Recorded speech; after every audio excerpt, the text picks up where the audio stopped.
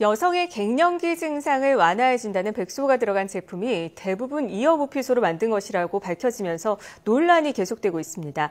그런데 우리가 알고 있는 백소가 진짜 백소가 아니고 이어부피소가 진짜 백소라는 이야기도 있는데요. 네, 오늘 과학 논평에서 백소와 이어부피소가 어떻게 다른지 또 이번 논란의 핵심 내용에 대해서 알아보겠습니다. 서강대 과학커뮤니케이션학과 이덕환 교수 나오셨습니다. 안녕하세요. 네, 안녕하세요.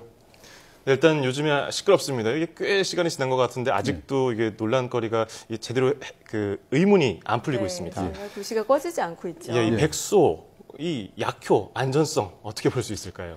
예, 지금까지 이렇게 언론에 보도된 내용을 보면은 이 기능성, 약효라고 하는 말보다는 기능성이 더 적절한 말일 것 같습니다. 기능성도 그렇고 안전성에 대해서도 충분히 밝혀지지 않았던 것 같아요. 네. 지금까지 학술지에 발표된 자료는 이 백소 제품을 개발했다는 바이오 벤처 기업이 식약처에다가 이 개별 인정형 원료로 인정받기 위해서 제출한 학술 논문 한두 편이 전부인 것 같습니다.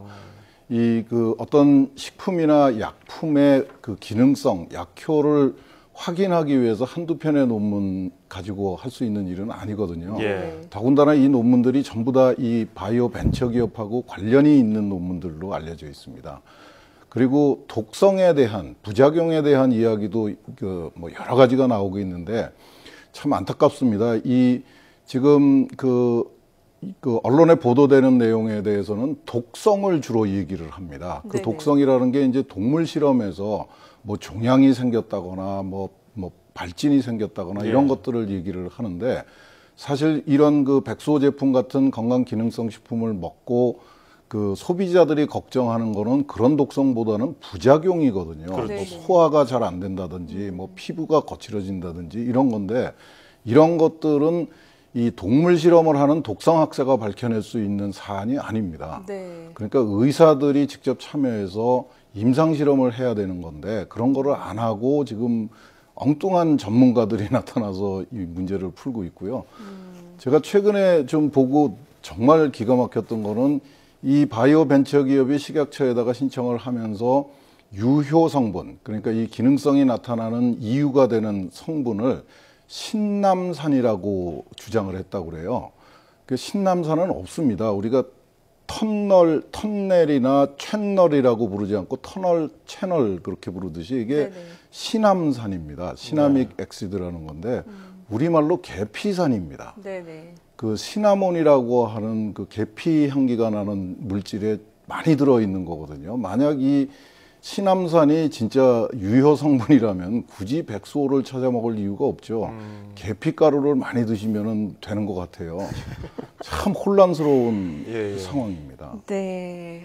그렇다면 이번 가짜 백소 논란의 핵심은 뭡니까? 핵심은 참 뭐라고 말씀드려야 될지 잘 모르겠습니다. 이게 은조롱, 큰조롱, 이엽우피소, 백수호, 백하수호, 적하수호, 하수호 수없이 낯선 단어들이 등장하는데 핵심은 이렇습니다. 은조롱 또는 큰조롱이라고 부르는 식물은 우리나라의 고유 자생식물입니다. 우리나라에만 있습니다. 그러니까 중국에는 우리나라의 백소를 만들 수 있는 식물이 없고요. 지금 논란이 되고 있는 가짜로 지목을 받고 있는 이어부피소는 우리나라에는 없습니다. 아, 그렇군요. 그러니까 이거 참 서로 다른 식물에서 유래된 서로 다른 약재를 중국도 그렇고 우리나라도 그렇고 백소라고 부른 거예요. 같은 이름으로 불렀는데 제가 조사해 본 바로는 만약에 이 우선권을 주장을 한다면은 중국이 앞설 것 같습니다. 그러니까 중국에서 이엽우피소라는 식물의 뿌리로 만든 백소가 원조 백소고, 잘못하면 우리가 갱년기 여성에게 좋다고 알고 있는 새로운 백소는 이게 짝퉁 백소로 인정을 받을 수밖에 없는 그런 상황이에요. 어쨌든 지금 종이 조금 다른 걸로 아예 애초부터 다른 식물로 알고 이렇게 말씀을 해주셨는데요. 백하수호, 적하수호 이것도 말만 살짝 다른데 예, 뭐가 다른 건가요? 이거를 보면서 저희가 동의보감 하면은 막 정말 절대로 오류가 없고 네. 굉장한 의서이고 여기에 있는 건 전부 진실이라고 믿고 있지요. 그런데 동의보감에 보면은 하수오라는 약재가 있습니다. 거기에 그 약재를 만드는 식물은 은조롱이라고 소개가 되어 있고요. 약재의 효능은 또 중국 하수오의 효능을 소개를 해놨습니다. 그러니까 참 우리가 동의보감이 역사적으로는 굉장히 중요한 의서입니다. 근데 그걸 가지고 우리 건강을 맡기기에는 좀 부실한 거 아닌가 이런 생각이 들고요.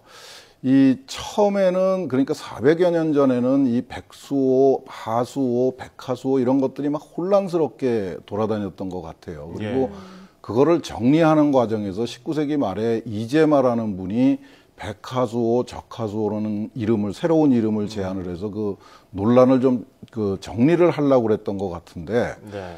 현재 지금 전통의학을 하시는 분들, 지금 현재 전문가들도 그런 맥락을 충분히 읽어내지 못하고 그냥 그 기분 내키는 대로 아무 용어나 막 사용하고 있는 것 같아요. 그러니까 이 우리의 그 질병을 치료해주고 건강을 지켜줄 수 있는 생약, 약재들인데 네네. 약재들의 정체까지 이렇게 혼란스럽게 만들어버리면 문제가 예. 심각하죠. 네. 교수님 말씀 듣다 보니까요. 이어부피소가 언제 우리나라에 들어온 건지도 좀 궁금해지는데요. 예, 이어부피소는 우리나라에서는 없던 식물입니다. 그 농업진흥청의 자료를 제가 우연히 찾았는데 90년대 초에 영주 지방의 어느 농민이 이거를 중국에서 가지고 왔다 그럽니다. 이 가지고 온 이유는 분명합니다.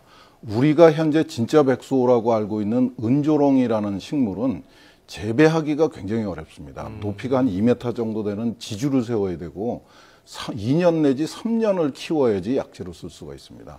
그러니까 생산성이 굉장히 떨어지죠. 근데 이 중국의 이어부피소, 중국 백수호의 재료는 1년만 키우면 되고요. 지주를 세울 필요도 없습니다.